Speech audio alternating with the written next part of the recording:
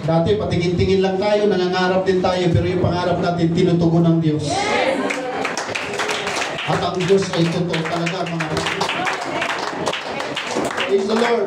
Nakakaiyak po. Dahil napakabuti ng Diyos sa atin. Marami ng mga taong tinabunan ng lupa. Marami ng mga taong naglilingkod sa Panginoon. Pero hanggang ngayon parang hindi nila nararanasan ang kabutihan ng Diyos. Mga kapatid, may material man o wala tayong material na bagay, salamat dahil mabuti ang Diyos. Glory. I pray na tayong lahat po ay maka-attend sa ating pong church anniversary. And I pray na ma-encourage tayo patuloy sa salita ng ating pong Panginoon. Dahil sa totoo lamang po, wala naman talagang ibang nagdala sa atin dito. Bakit tayo naglilingkod sa Panginoon kundi dahil sa salita ng Diyos? Dahil yung salita ng Diyos ang tumutulong sa atin, ang salita ng Diyos ang siyang nagtuturo sa atin, mga kapatid. God be the glory. Jeremiah chapter 32 verse 17. Na-encourage po ako, mga kapatid, sa ating pong media team. Pwede ba natin palakpakan ang ating media team? Praise the Lord. Hallelujah. Dahil karamihan, sinagot na ni Sister Erin yung mga sponsor.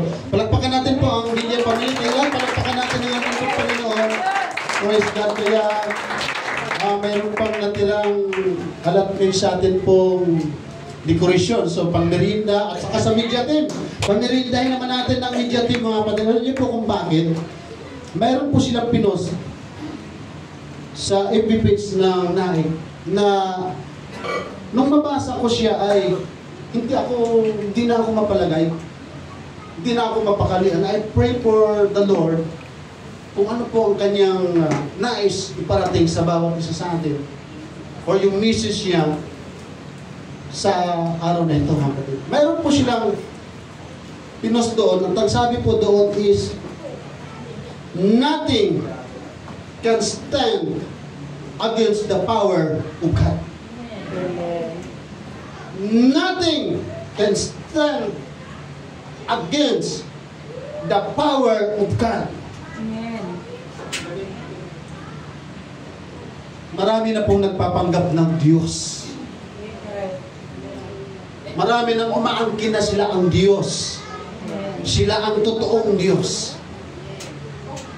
But they cannot stand against the power of God. Tayo hindi nag-aangkin na tayo Diyos, pero tayo nag-aangkin na totoong Diyos ang ating sinasamba. Nothing can stand against the power of God. Praise the Lord. Hanggang madaling araw ay talagang ini-encourage pa ako ng mensahe nito. And I pray tayong lahat ay encourage ng Panginoon. Dahil kung walang makakatalo sa atin pong Panginoong Diyos, walang dahilan para tayo manghina at tumalikod sa Diyos. Pag ang Diyos ay laging panalo at walang makakatalo sa iyo at sa atin, dapat walang makakatalo, mga kapatid.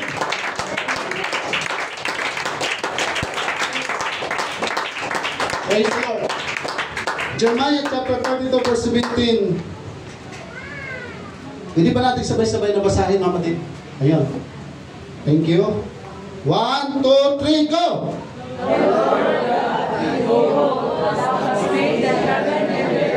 By the great power and stretch out far. There's nothing too hard for you. Walang mahirap sa Diyos. Amen. Praise God. Hallelujah. Hindi pinagpawisan at hindi nahirapan ang Diyos nang likhain niya ang langit at ang lupa. Amen. Kaya totoo yung sinasabi sa Bible, walang mahirap sa Diyos at hindi mahirap sa Diyos na ikaw at ako ay patuloy na pagpalain ng Panginoon. Amen. In Luke chapter 1 verse 37,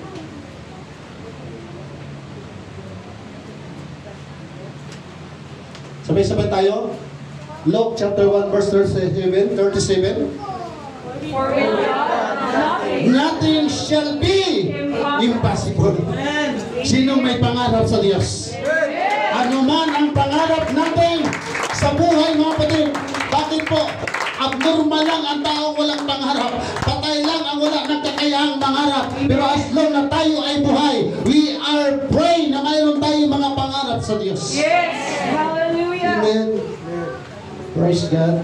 Kung mayroon po kayong mga pangarap, mga kapatid, kayo lamang po ang nakakalam nun. At ang Panginoon.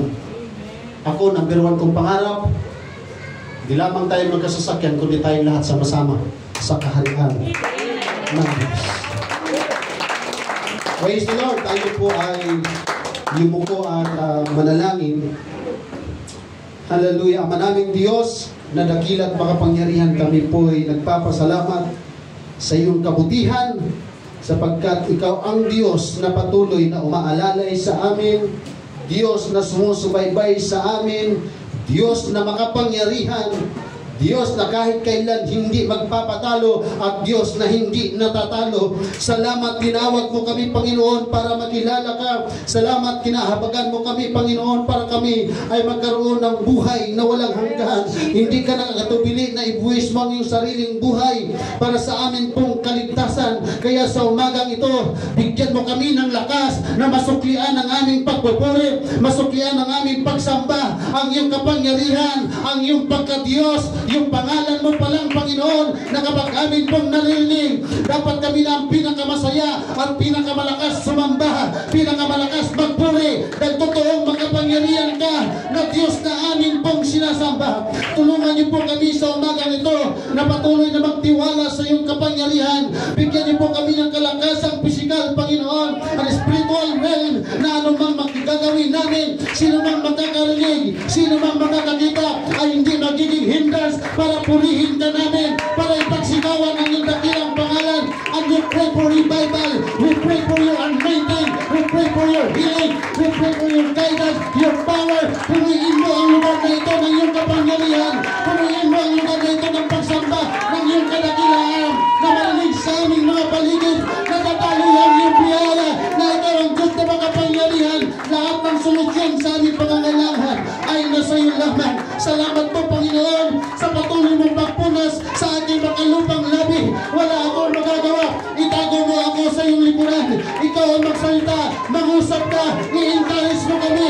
Kung kami nangihina, Panginoon, kung kami mayroong karamdaman, i-encourage mo kami na walang imposible sa iyo, na Diyos ka na makapangyarihan. Sinasamba ka namin, niluluwalhati ka namin, pinupuri ka namin, totoo ka ng Diyos na amin pong sinasamba.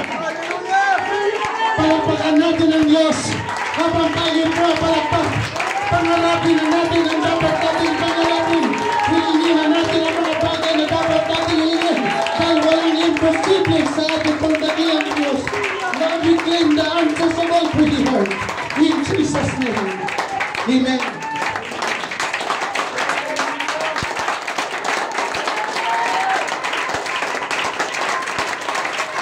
Mamay ka ng tatlo, sabihin mo sa kanya, hindi ka kaya ni Satanas, hindi ka kaya ng demonyo, hindi ka kayang ibagsak ng kaaway.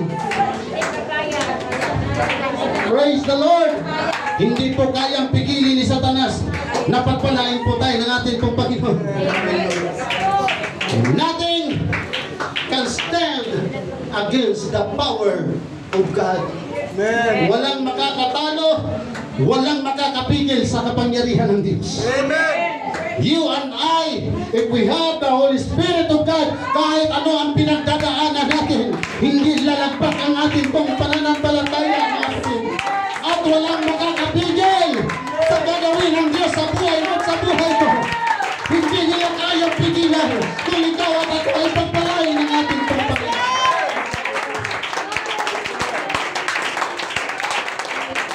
Please be seated, mga kapatid. Tayong lahat ay pagpalain ng salita ng ating pong Panginoon. Nothing can stand against the power of God. Tayo po ay sama-sama at nagkakatipon sa araw na ito, at ang araw na ito ay napaka-espesyal po para po sa ating mga Kristiyano, sapagkat ito yung mga araw na atin pong pinuproclaim. Ito yung araw na atin pong pinagsisigawan na mabuti ang Diyos at makapangyarihan ng Diyos na atin pong pinaglilingkuran. Amen? Amen. Kaya sa umagang ito, mga kapatid, anuman ang atin pong pinagdadaanan, kung tayo may nasa kahinaan, itanyag natin ang kadakilaan ng atin pong Panginoong Diyos. Ipahayag natin ang kabutihan ng atin pong Panginoong Diyos sa pamamagitan ng ating pananalangin, sa pamamagitan ng ating pagsamba, sa pamamagitan ng ating pong pagpupuri sa ating pong Panginoong Diyos. Amen? Praise God. Kung mayroon mang number 1 lugar na nakakahanap tayo ng comfort, ito na yung Amen. napakapayapa po sa atin pong mga isipan pag tayo po ay nasa presensya ng atin pong Panginoon. Dahil pwede na natin sabihin sa Panginoon ngayon anumang mga bagay na kailangan natin at mga bagay na pinagdadaanan natin, dahil mayroon pong magagawa ang Diyos na sinasabi ng Biblia na walang imposible sa atin pong Panginoon. Amen. Amen? Now, sa atin pong pagkakasama sa umagang ito, mga kapatid, ako po'y mayroong tanong. Sa inyo pong palagay, ano po ang nakikita natin sa mundo natin, sa bayan natin, sa paligid natin, na masasabi natin may kapangyarihan?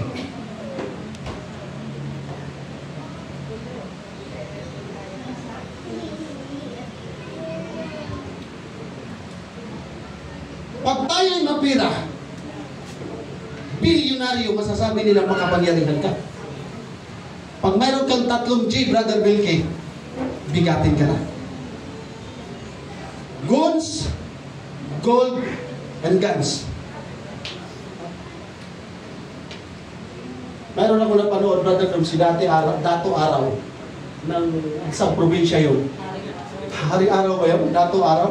Dato adlaw? Dato adlaw. Yung mga pulahan. Padlak yung mga. Hindi nga basta-basta pinapadlak ng gobyerno, pero sila pinapadlak yun. Takot ang tao sa kanila dahil mayroon silang mga nakapula, mga pulahan marahil. May mga dalang mga itak. At ang sabi nila sila ay sundalo ng Diyos. Pag mayroon kang ginto, marami. Pag may pagbinta mo yan, maraming pera. Mayroon kang mga tauhan. May mga goals ka. Masasabi nilang powerful person ka. Pag ikaw ay mayroong mataas na katungkulan, hindi lamang sa bansa natin, kundi sa mundo natin, masasabing powerful ka. Tama? Pag nakarinig lamang tayo ng mga kilalang tao, mga sikat na tao, matataas na tao, saludo tayo. Nagkakandarapa tayo, nagsisiksikan tayo. Pero lahat ng binabanggit ko, marahil mayroon kang kapangyarihan sa gobyerno natin, ikaw ay mayroong mataas na posisyon sa lipunan natin, yung kapangyarihan natin sa lupa lang. Pero yung Diyos na ating sinasamba, hindi lang sa isang bayan, hindi lang sa isang syudad, hindi lang in the entire universe, but in the heavens. God is so powerful. Amen. Hallelujah. Amen. Palakpakan natin ang ating dakilang. Kaya kung mayroon mga pinakamalakas, pinakamataas, pinakamalaking kapangyarihan sa sinuko.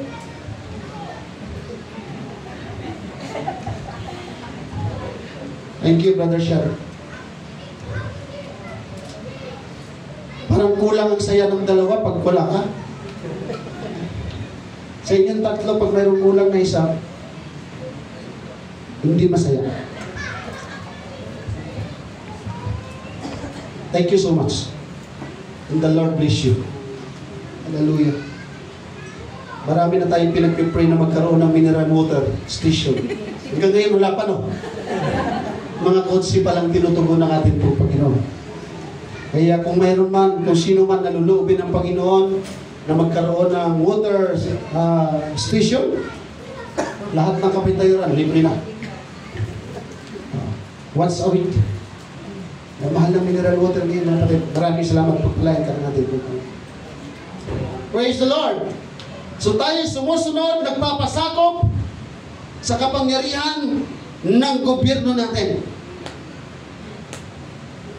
dahil nakakataas sila sa atin. Pero mataas ang Diyos na atin pong sinasamba. Amen. Amen?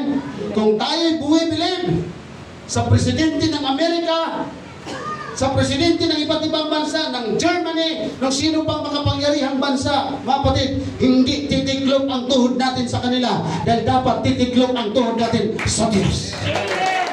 Kung paano tayo sumusunod sa batas ng tao, dapat mas lalo tayong sumusunod sa batas ng Diyos dahil ang higit na makapangyarihan ay ang Diyos na ating pong pinanggilin. Hallelujah.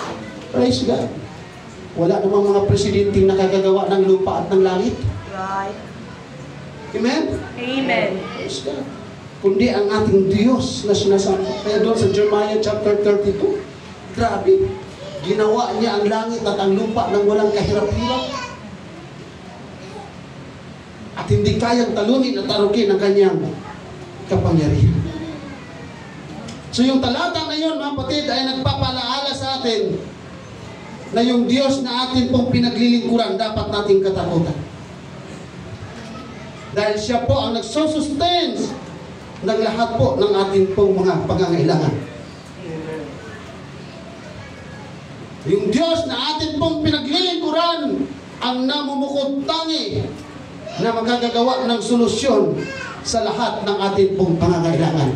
Kaya kung tayo mayroong sakit, kung tayo walang pera, kung tayo mayroong mabigat na problema, kung tayo maraming pinagdadaanan, may solusyon ngayon ang ating pong Panginoon. Ang gagawin natin, huwag tayong mag-ailangan, huwag tayong magduda sa mga gawa ng Diyos, sa kapangyarihan ng Diyos. Amen? Kaya kung tayo nangihina ngayon at naglulungkot, baliktarin na natin ang sitwasyon. Makapangyarihan pala yung Diyos na ating pong pinaglilingkuran. Bakit ako magpapatalo? Bakit ako magpapatalo? Normal lang na tayo nasasaktan. Normal lang na tayo nagkakasakit. Normal lang na tayo naghihina. Pero hindi normal mabulog kung nawalan tayo ng tiwala ng ating pong Panginoong Diyos. Pero kung nandito tayo ngayon, nagpalakas sa presensya ng ating pong Panginoon, nagpapasalamat sa kabutihan ng Diyos, dapat lang napurihin natin siya. Amen. Hallelujah. Praise the Lord! Thank you, Jesus. So sa Bible, mga kapatid, ay marami pong mga halimbawa na pinapakita kung gaano katindi ang kapangyarihan ng Diyos na atin pong sinasamba. Grabe siya. Sino po dito ang hindi naniniwala na yung dagat na pula na hati? Mayroon po ba dito hindi naniniwala? Na yung dagat na pula na hati? Tama ba yun? Mediterranean Sea? Red Sea? Dead Sea? Oh, Red Sea? Red Sea ang nahati. Sino dito hindi naniniwala?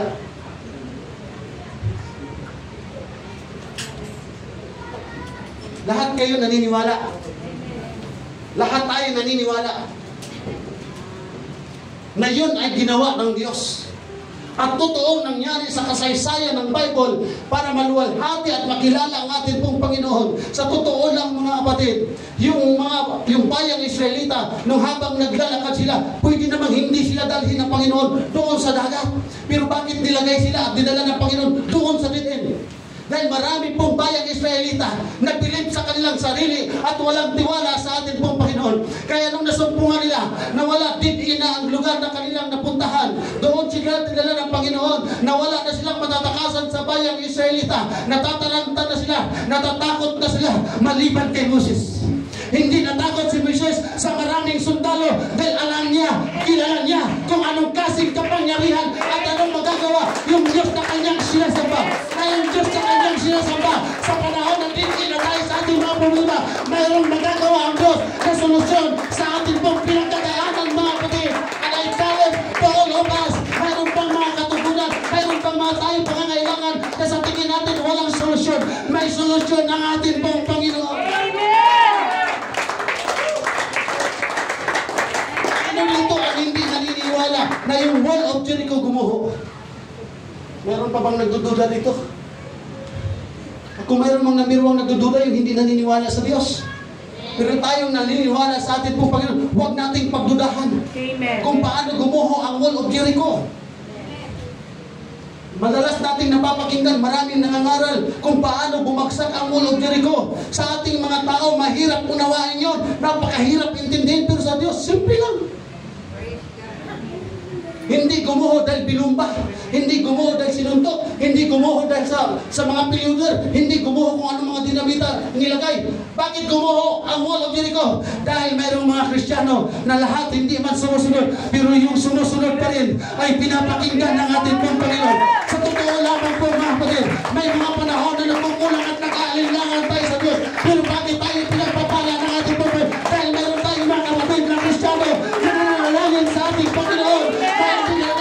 Hindi lang yung kanilang sarili pinapanalangin, kundi tayong lahat ay pinapanalangin na kung ano man mayroon tayong mga problema ay kayang ibagsak ng ating pong Panginoon. Right. Hallelujah.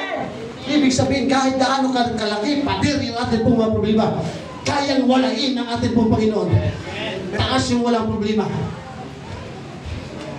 Ibig sabihin, lahat tayo may problema, lahat tayo may pangangailangan, may solusyon ng ating pong Panginoon. Anong solusyon na ginawa nila si Joshua? Nagpuri, sumigaw ng todo sa ating pong Panginoon. Yung po ang lagi natin sinasabi, lamang yung taong laging nagpupuri sa Diyos, lamang yung taong nagtitiwala sa kapangyarihan ng ating pong Panginoon, lamang yung mga tao na hindi nagdadalawang isip. Meron bang nagdududa dito ang ating Panginoon Jesus muling na buhay? Ang ganda ng devotion natin kanina. Para tayong mga patay na buto. Pero kahit patay na buto na tayo, pag tayo ay nasa presensya ng ating pong Panginoon, nabubuhay tayo, lumalakas tayo. Ang ibig kong sabihin mga kapatid, mayroong mga panahon na tayo parang mga zombie. May mga panahon na tayong mga Kristiyano ay parang mga zombie na bagamat buhay parang patay. Minsan nakatulala sa hangin.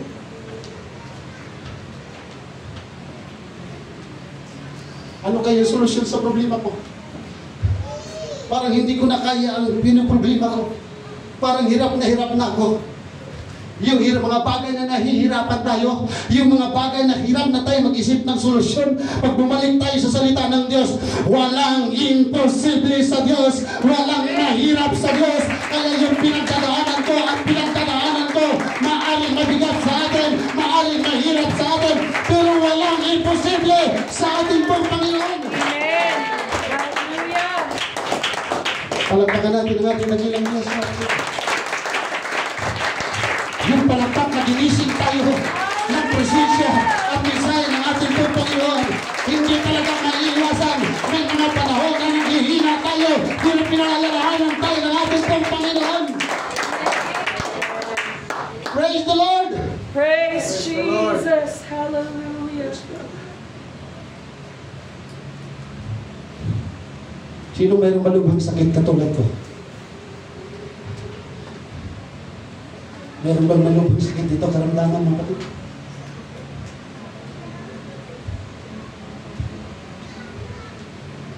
Meron ba dito nakatani na ang buhay katulad ko? Sa totoo lang mga kapatid, nakakahiya at nahihiya ako sa Panginoon. Minsan ginagamit kong illustration ng aking sarili, pero mayroon akong malaking pagkukulang sa Panginoon.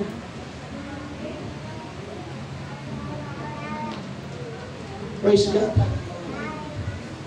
Brethren, kung mayroon mang darating sa punto ng buhay natin na malapit na tayo sa ating kamatayan, mag-enjoy na tayo at huwag tayong malungkot. Amen.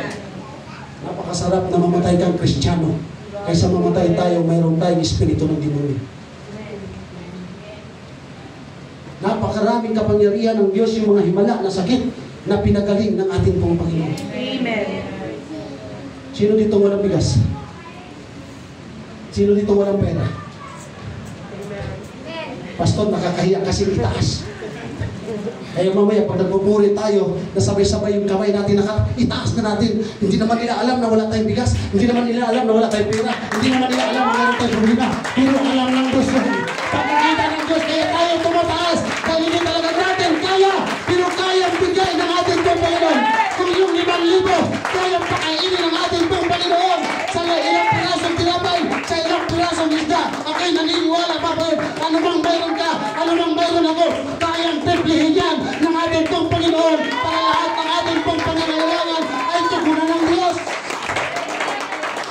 Palakpakan natin siya. Alam niyo po ba anong nakikita ko sa mga kapatiran sa UPCS view? Hindi ko kayo nakikita na hirap mga kapatid. Ang nakikita ko sa inyo, yung glory ng ating pong Panginoon. Ang nakikita ko sa atin, yung kapangyarihan ng Diyos na kumikilos ng ating pong Panginoon. Hindi pang pari-parehas ang ating pong pagpalagpapala, pero pari-parehas ang ginagawa ng Diyos sa pagtugon sa ating pong mga pangangailangan. Glory! Amen! Kaya ako sumisigaw, kaya tayo umiiyak, kaya tayo nagpupuri. Totoo yung Diyos natin pong sinasamba. Praise God. Kung mayroon na pong makakatulong sa atin na number 1 para may comfort tayo, ang atin pong Panginoon. Amen. Kaya kung mayroon man dito sa pakiramdam, inaapi tayo, sinasaktan tayo, nasasaktan tayo, kapatid, tiwala tayo sa Panginoon. Amen. Nothing can stand against the power. Amen. Hallelujah. Yung pala yung Diyos na atin pong sinasamba. Minsan nagkukulang tayo ng pagtitiwala, mga kapatid. Kaya sa umagang ito, I believe, kung maraming taong pinagpala ang Diyos, tayong lahat, lagi ko pong binabanggit ang blessings. Ang sabi nila, puro na lang daw blessings. Mga kapatid, dahil sa totoo lang, ayaw man natin o sa hindi, may tataas talaga natin, may ihahayag natin ang mga pagpapala ng Diyos. Amen. Praise God. Mayroon dito sa atin, may mga negosyong tindahan, kinainggitan, imbis mawala ang tindahan, nadami man. Praise God. Mayroon mga nagpipray sa atin, mawala ka na sana sa apostolic, mawala ka na, hindi ka na magiging Kristiyano, mabalik ka na dati sana sa iyong buhay, maghirap ka na sana ng tudo-tudo. Anong ginagawa ng Diyos? Habang gusto ng iba na bumagsak ka, lalo kang nililipan.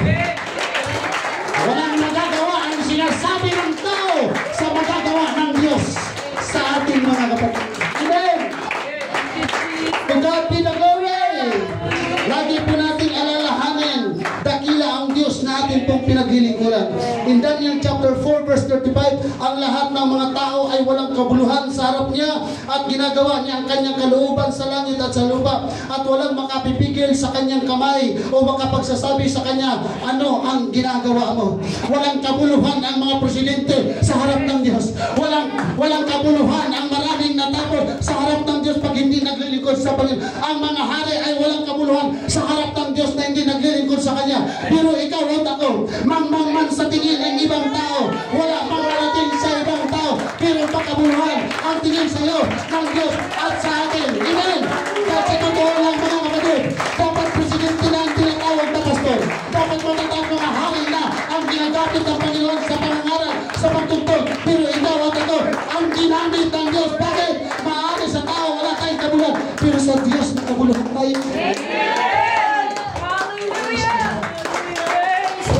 Kung pinagtatawanan tayo sa ating pagsasalita ng iba't ibang wika, Sister Amy, maaari pinagtatawanan nila tayo, pero sa harapan ng Diyos, makabuluhan yan. Kung pinagtatawanan ng ating hallelujah, kung pinagtatawanan ng ating iyak, kung pinagtatawanan ng ating pong pagsayaw, sa harapan ng Diyos, makabuluhan yan, mabel, may halaga yan, sa harapan ng ating pong Panginoon.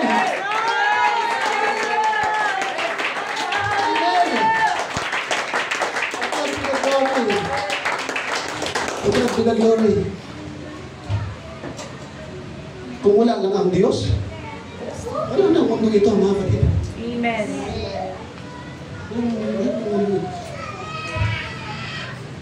Grabe po, kapangyarihan ng Diyos.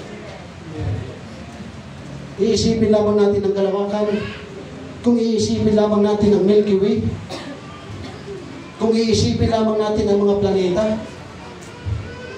hindi po pwede mapunta yan sila dyan. Kaya yung mga Big Bang Theory, yung mga basta na lang lumitaw, mga basta na lang sumulpot, walang katotohanan yan, mga kapatid. Grabe. Yung bawat bituin na inilagay ng Diyos, bawat planeta kung saan inilagay ng Diyos, perfecto ang pagkagawa ng Panginoon. Alam niyo po, yung planeta natin, umusog lang ito ng isang diba palapit sa araw, sunog tayo. Yan ang lumalabas, pag-aaral ng mga scientists. Isang di pa lang, palapit. Umusod lang tong earth na to. Palapit sa araw, bugnaw tayo. Pero kung isang di pa paatras naman sa araw, maghilo naman tayo. Tingnan niyo po. Ang mundo hindi tumitigil sa pag-ikot, pero hindi naliligaw ang mundo sa kanyang pag-ikot. Ang mga platina patuloy na umiinom, pero hindi sila nagkakabangga ang mga bakit? Mayroong Diyos na nagkukontrol. Amen? Kahit pinag-aaralan ng NASA, kahit ilan ng mga scientist ang nagtutukla sa langit, nahihirapan silang umunawa. Pero sa Bible, ikaw at ako ay mananampalataya. Hindi tayo mahihirapan umunawa. Bakit? Mayroong mga pangyarihang Diyos ang naglalagay isa-isa yun. Amen? To God be the glory. Palakpakan natin ang ating dakilang Diyos. Kung kinokontrol ng Diyos ang kalawakan, kung nakokontrol ng Diyos ang mga planeta, kung nakokontrol ng Diyos ang mga bitoy, ikaw at ako ay kayang kontrolin ng ating pong Panginoon. Bigyan ng magandang direksyon para hindi masira at mawasak ang ating pananampalataya. Amen. Hallelujah. Amen. Praise Jesus. God be the glory. Di po matatawaran kapangyarihan ng Diyos. Sabi ng Marcos chapter 4, taranta yung kanyang mga alagad. Nakasakay sila sa bangka na disagwan. At nung inabutan ng bagyo, alam natin ang kwento. Anong naramdaman nila? Takot. Anong ginagawa ng Panginoon? Natutulog.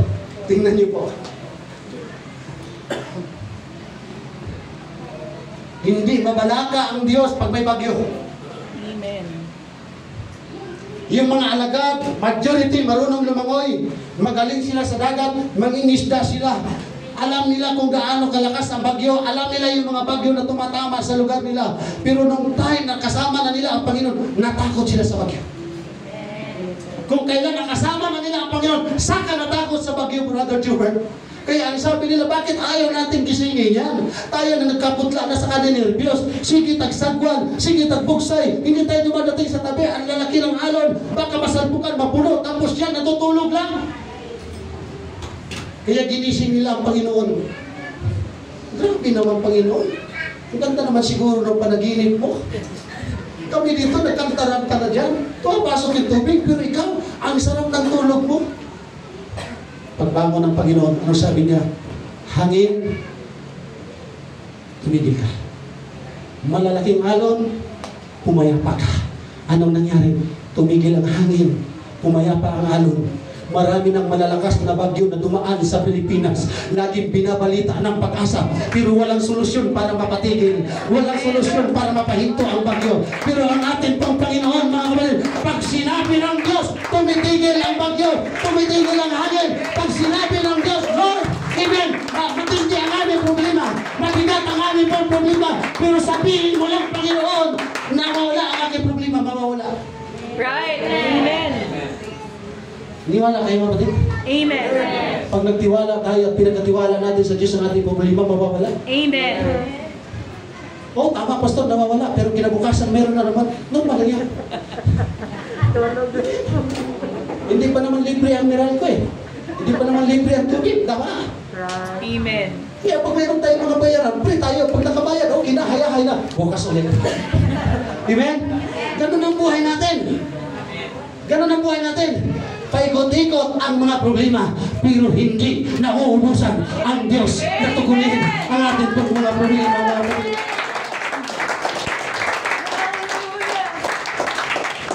Sabi ng John chapter 11, ilang araw nang nakalibing sila sa Lazaro, isang sigaw lang sa Panginoon, labas si Lazaro. Hindi natin alam kung anong klaseng formalin ang nilagay sa bangkay ni Lazaro.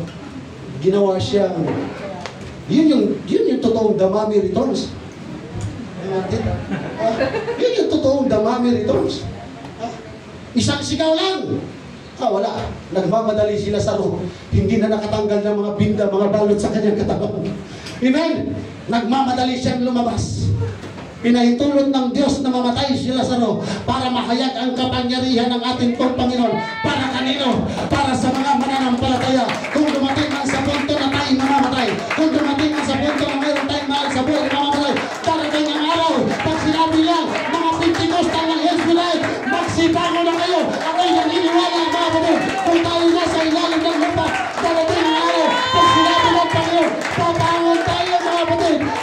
sabi ng devotion kanina, maaari minsan may mga parang napatay tayo, pero pag nandito tayo sa presensya ng Diyos, muli tayong lumalakas, muli tayong naghilig dahil kapatid, because of the power of God.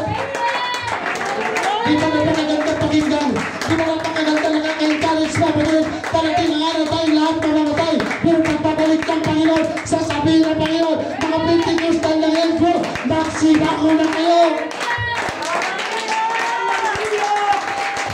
Parang hindi kayo natutuwa mga kapatid.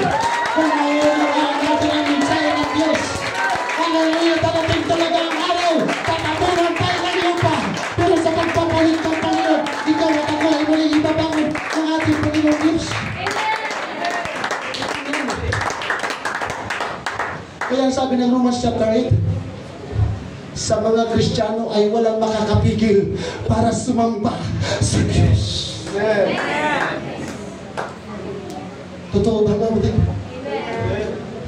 Kaya pala si Apostol Pablo, kahit lagi ng kinukulong, kahit lagi ng pinapalo, kahit lagi ng binubugbog, ang sabi pa ni Apostol Pablo sa aklat ng Romans, walang makakapigil sa atin na maglingkod sa atin pong Panginoon. Yun yung totoong mananampalataya, mga kapatid. Ikaw at ako ay kinakausap ng atin pong Panginoon na anumang pinagdadaanan natin, walang makakapigil sa atin para sumamba at magpuri sa Panginoon. O may mga panahon, hindi tayo nakakatin sa simbahan. May mga panahon na tayo nahihirapan. May mga panahon na tayo nasasaktan. Pero ang sabi ng Apostol Pablo, kahit ikulong niyo ako, kahit bubugin niyo pa ako, walang makakapigil sa akin para purihin ang Diyos.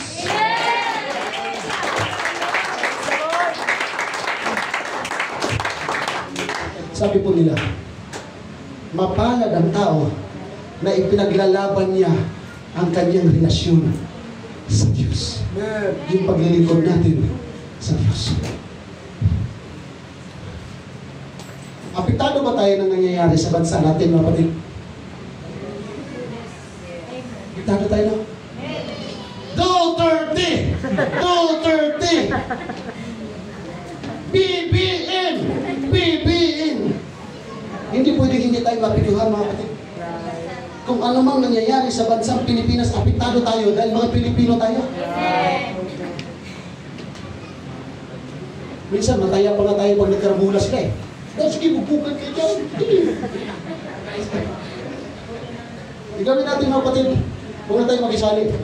Kung may pro man dito, may anti o pro, kung may Duterte man dito, kung may BBM man dito, dahil natin sa prayer.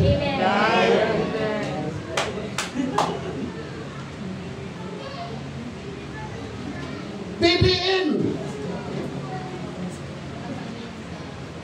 Mabait yung aming presidente si BBM. Mas mabait si Lolo Duterte. Duterte!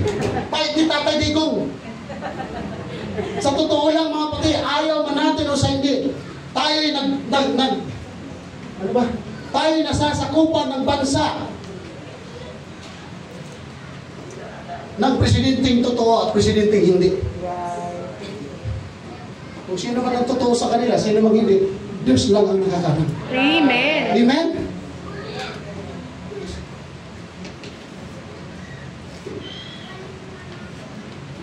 Kung lahat tayo bigyan ng bahay ni Marcos, di ba, Boto? Maganda yun.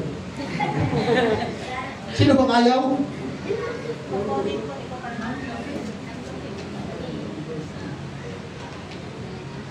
Kung ubusan ni Lolo Digong yung mga tragado, di ba okay yun? Diba? Saan na tayo ngayon sa kanila? Grabe yung mga tao doon. Nakarating sa The Hague, the Netherlands. Grabe ang kapangyarihan ng dalawang ito. Nainita na magrarally, mga kapatid, napakahirap magrally. Dahil nung kami po ay maliit, I'm sorry po na magamit ko mali ang aking sarili. Yung mama ko nandiyan yan. Yung mga bata po kami, mga kapatid, lagi kami kasama sa rally. Ang hirap ng buhay ng isang rallyista. Ibagsak! Ibagsak!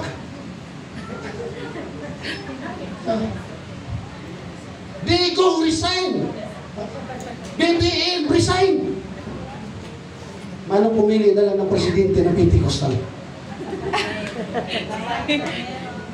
Baka ikaw rin pag-asa, Brother Gilbert.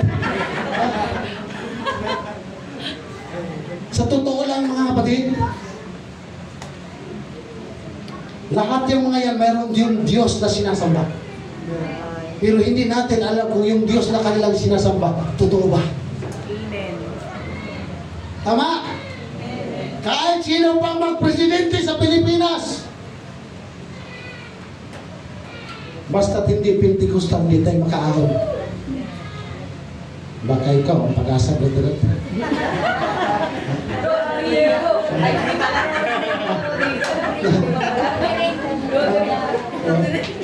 Muntik na. Presidente, Pentecostal. Vice President, Pentecostal. Lahat ng senador, Pentecostal. Lahat ng congressman, Pentecostal. Lahat ng mayor, Pentecostal. Pentecostal daw. Pwedeng mangyari sa panaginip, mga kapatid. Amen? Amen. Sino pa man tatakbong presidente, umasa pa rin tayo sa ating pong Panginoon. Amen? Yung mga nakikita natin naririnig, parte lamang yan na mangyayari sa mundong ito, mga kapatid. Parte lamang yan paano tayo magtiwala sa ating pong Panginoon. Kung mayroong mga taong nagugutom, nauuhaw, naiinitan, sinisigaw ang pangalan ni Duterte, sinisigaw ang pangalan ni BBM, mayroong iba dyan bayaran, mayroong iba dyan hindi. Sa totoo lang mga kapatid, yung presidente na ipinaglalaban nila, hindi sila kilala at baka balang araw, hindi sila matutulungan. Amen? Pero yung Diyos na ating sinisigaw, yung Diyos na ating pong sinasamba, amen? Kilalang kilala ka. Amen. Kilalang kilala tayo mga kapatid. Amen. Kitang-kita ng Diyos kung sino yung malakas na pumalakpak. Kitang-kita ng Diyos kung sino yung malakas na magpuri. Huwag na natin pag-usapan ang pagbibigay. Ang pag-usapan na lang natin yung ating pagsamba sa ating pong Panginoon, mga kapatid. Maaari iba ang ating giving, iba ang ating pong pagtatapat. Pero pagdating sa pagpupuri, pagdating sa pagsamba, pagdating sa luwalhati para sa pangalan ng ating pong iubos na natin, ituto na natin. Sabi nila BBM, sabi nila Duterte, kahit anong sigaw nila mga kapatid, may mga panahon na hindi sila natutulungan. Sa umagang ito, isigaw natin ang pangalan ni Jesus. Jesus, Jesus, Jesus kami, Jesus kami, kay Jesus ako, kay Jesus ako, kay Jesus ako.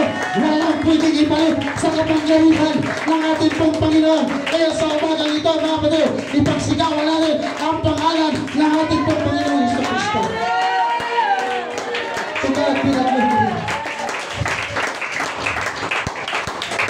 Ang sabi ng Lucas chapter 10,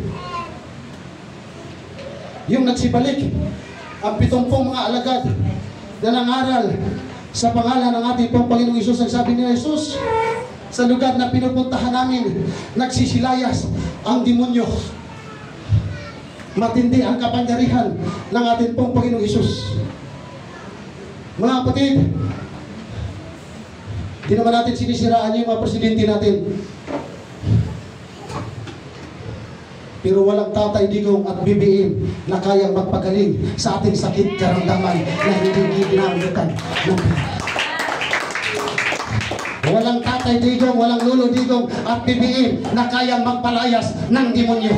Kahit gaano karaming pira ang tao, hindi kayang palayasin yan ang demonyo. Pero kahit walang-wala ka, pag mayroon kang pangalan ng ating pong Panginoong Hesus Kristo, mag-rejoice ka na.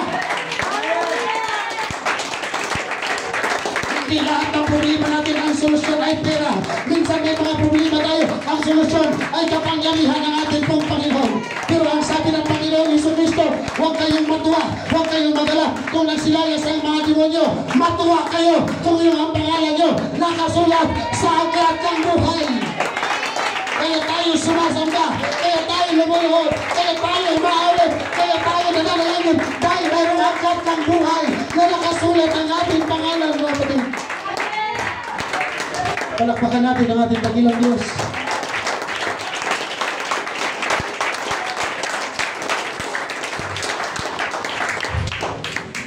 Walang aklat ng buhay ang bawat politiko na iniidolo ng mga tao, mga kapatid.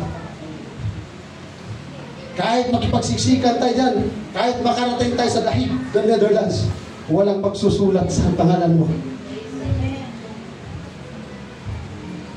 Yan lang nandoon BBM at Duterte. Nakakalito kung sino ang totoo. Pero pag sa Diyos, hindi tayo nalilito, mga kapatid. Amen. Yung pinagsisigawan nila, walang aklat ng buhay at walang makakaligtas ni isa man sa kanila sa ating mga kaluluwa. Pero yung Diyos natin pong pinagsisigawan, ipinaglalaban natin ang ating paglilingkod, ipinaglalaban natin ang ating pagsamba, ipinaglalaban natin ang pangalan niya, mayroong aklat ng buhay. Amen. Hallelujah. Nakasulat doon, si Brother Jubert nalungkot, nasaktan, pero nagsimba pa rin. Si Brother Elden, inaantok galing sa trabaho, nagpapagod, nagsimba pa rin. Nakasulat sa aklat ng buhay. Si Brother Dom, tumataba dahil sa biyaya ng Diyos, nakasulat sa aklat ng buhay. Ano bang nangyayari, mga kapatid? May pagpapala man tayo, wala. Nakasulat sa aklat ng buhay. Ang malagang every Sunday, nakasulat sa aklat ng buhay ng Pentecostal Outline, yung mga pangalan natin.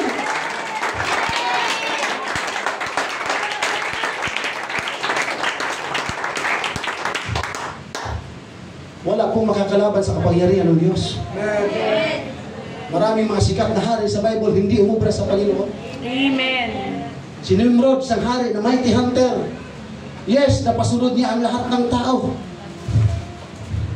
Pero nung ibinagsak ng Panginoon ang kanilang ginagawang turi ni Babel, yung kanilang pananalita ay inalis ng Panginoon, walang nagawa.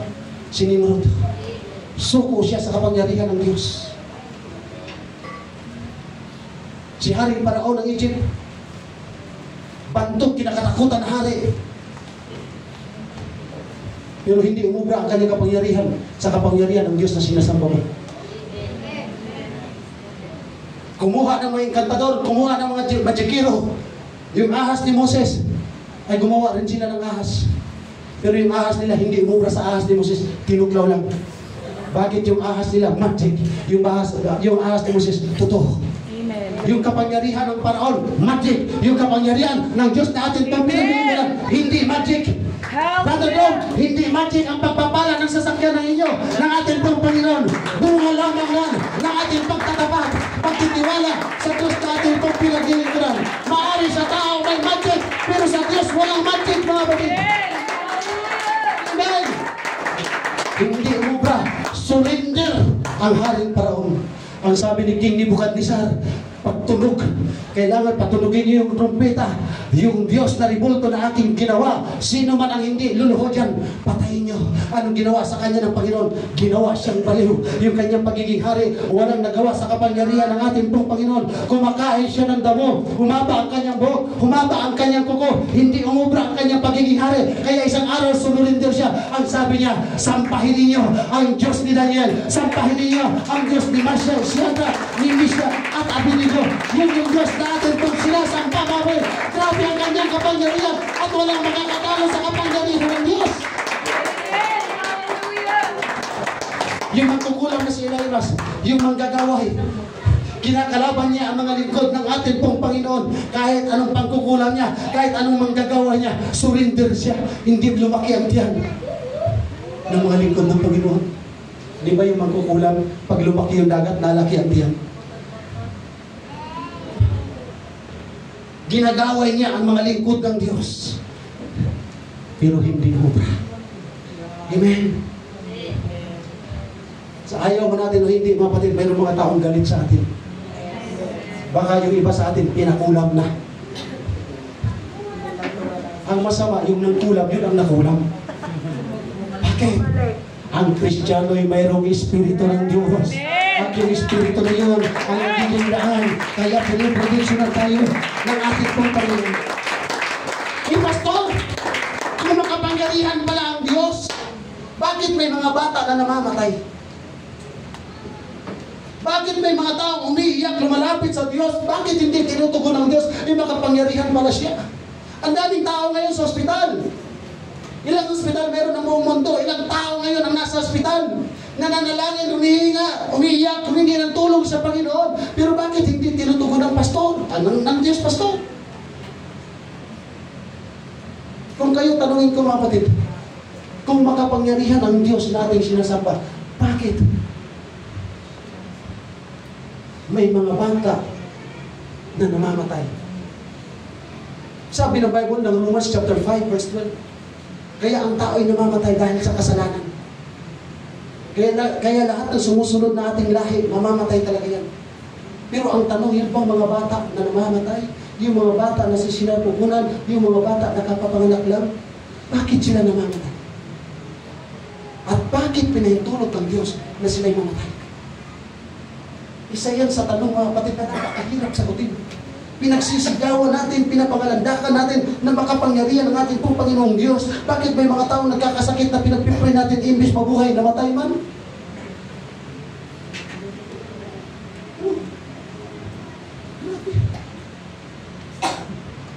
Kung ako'y makabalik sa Bicol, Brother, lulubin ng Panginoon, mayroong pamilya doon na pag nakakita sa akin, hindi talaga matotoo, Brother Jobert. Kasi talagang ibinala pa naman ako doon kasi sabi ng mga estudyante sa akin, ikaw kasi brother ang pinakabata. Eh, mayroon din pala sa Bible School pag video ikaw ang pinakabata. Ikaw ang ibabala. Kaya kung pinakabata, o sa pangalan mo, Panginoong Hesus, ikaw sakit ka naman, lumayas ka sa pangalan ng Panginoong Hesus. Bah, wala pa kinabukasan, patay na, madaling araw pa lang. Naggalit, mga matid. Hindi raw totoo yung Diyos natin sinasamba. Kasi kung ang Diyos natin sinasamba, bawat pray natin sa mga may sakit, gagaling. Pero ang hindi alam ng pamilya, maaari kung mapanood nila si Sister Beth, malalaman na nila kung anong dahilan, kung bakit namatay ang kanilang pamilya. Dahil pagdating ng madaling araw, agay! Ano ba yung sabi ko yung masakit? Aray! Agoy, aray, sabi ko. Sabi ko, Panginoon, grabe na siguro katindi ng hirap ng kanyang pinagdadaanan ngayon. Kung hindi mo man siya pagalingin, pagpahingahin mo na. Mga kapatid, ang sabi nila, hindi tumutugon ang Diyos natin sa ating mga panalangin, pero ang totoo ang Diyos tumugon. Maaari, hindi tinugon ng Diyos ang panalangin ko na pagalingin. Pero nung sinabi ko sa Panginoon, Lord, kunin mo na, tinugon ng ating pong Panginoon. Praise God. Kaya minsan kung mayroong magpapapres sa inyo sa akin, mga kapatid, mag-isip-isip muna kayo. Baka imbis gumaling mamatay, tapos magalit kayo sa akin. May mga bagay na pinapahintulot ng Diyos para mahayag ang kapangyarihan. Amen. May mga tao at bata talagang namamatay sila. Bakit? Hindi pinapagaling ng Panginoong Diyos kasi yung mga magulang nila hindi naglilingkod sa Panginoon. Sa totoo lamang, every time na mayroon tayong sakit, pagtawag natin sa Panginoon kung tayo pagalingin ng Panginoon, bakit tayo magsisimba? Tama, Sister Jen. Bakit pa tayo magsisimba? Every time na may sakit, pag tumawag ka lang sa Panginoon, galing ka na kagad. Hindi ka na magpapagod, hindi ka na magpamasahe, hindi ka na mamamalansa. Tama?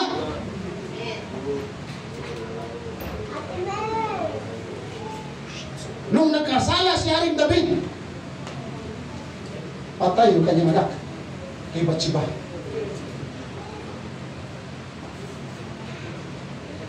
Yung anak ng propeta, patay, bata pa.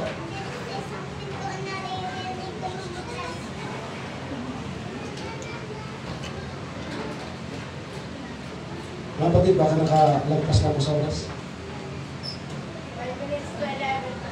5 minutes. Magtatapos na tayo. Ilibin na muna. Kasi nung nakaraan, walang nagsinya sa akin. Umabot tayo ng alas 12. Upapractice tayo. Wala.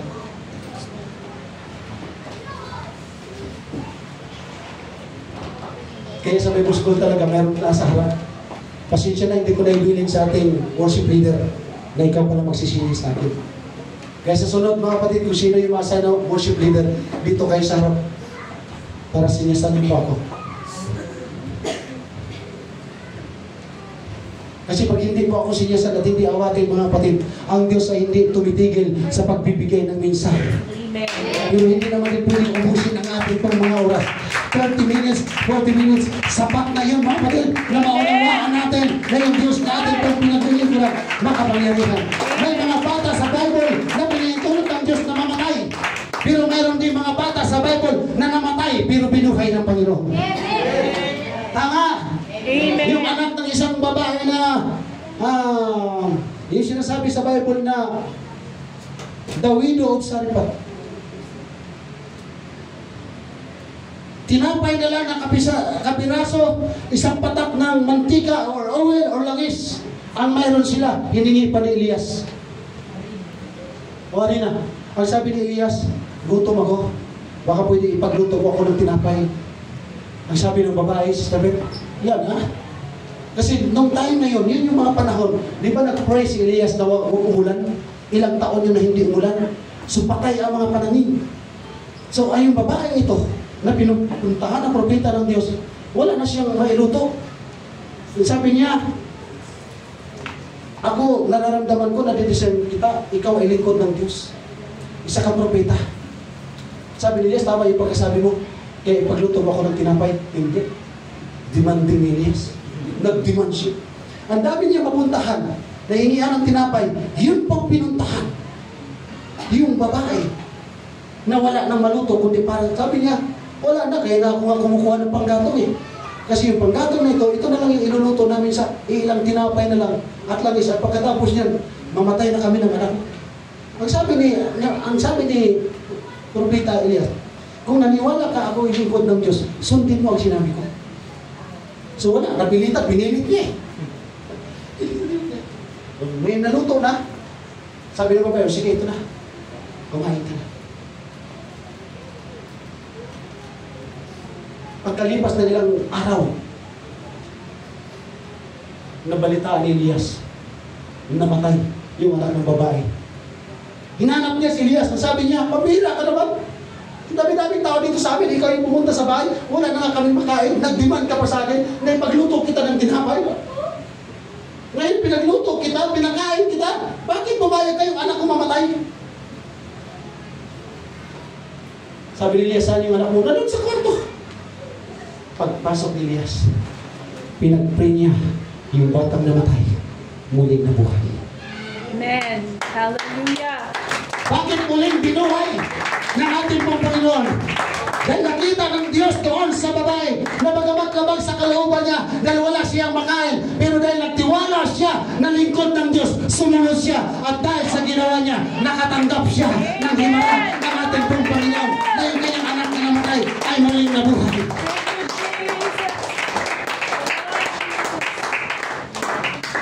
Yung anak ni Jairo, yung kanyang anak na dalaga, or magdadalaga na, or dalaginding na sa wikang Pilipino. Anong nangyari?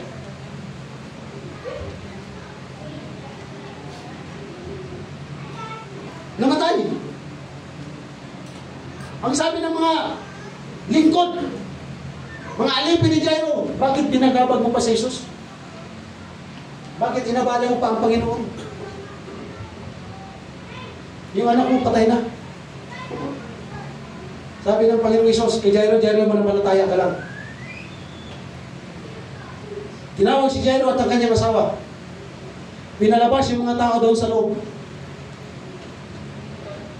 At ang sabi ng Panginoon Jesus, ang anak mo hindi namatay, natutulog lang. Sila talamta na, patay na eh. Nag-iyakan na sila. Nag-aawitan na sila, brother Dom. May bukas. Hirap sa Diyos ang aking buhay. Iyakan na sila, sabi ng Bible. Pero pagpasok ng kwarto, ang sabi ng Panginoon, Tabita, kumi. Bumangon ka. Yung patay, bumangon. Tayong lahat ay buhay. Pero kung mayroon pang unti-unting namamatay ng pananampalataya, buhay natin ang ating pananampalataya sa kapangyarihan ng Diyos. Ang pumapatay ng ating pananampalataya ang problema. Ang pumapatay ng ating pananampalataya ay ang pag-aalinlangan sa magagawa ng Diyos. Napakaraming patotoo sa Bible, mga kapatid, na mayroong ginagawa ang Diyos na matinding himala na hindi kayang gawin ng tao. Kaya kung tayo nanlulubaypay at unti-unting namamatay ang ating pananampalataya, I pray in the name of Jesus Christ of Nazareth, sa pamamagitan ng Espiritu ng Diyos, yung ating pangihina ay muling lalakas. Yung ating pananampalataya unti-unting nang mamamatay, muling mag-aalap yan at mabubuhay sa pangalan ng ating Panginoong Kristo. Ang nagagawa, si Si Satanas, lahat ng pandaraya niya sa ating Panginoong Isus, hindi niya kayang dayain ang ating pong Panginoon. Bakit? Nothing can stand against the power. Amen. Nothing can stand against the power of Jesus Christ. Nothing can stand against the true Pentecostal worshiper. Nothing can stand against us. Kaya ang sabi ng Bible, kung ang Diyos ang kasama natin, sino? Hallelujah. Anong sakit ang hindi kayang pagalingin ng Diyos? Anong problema ang hindi kayang solusyonan ng Panginoon? Anong kabigatan ang hindi kayang pagaanin ng ating dakilang Diyos? Amen? Sino po dito nakaranas ng himala ng Diyos? Sino po dito ang hindi nakaranas ng himala ng Diyos? So lahat tayo nakaharanas ng himala ng Diyos. Pwede ba makakakita, mga kapatid, ng pagpupuri, yung pagsamba,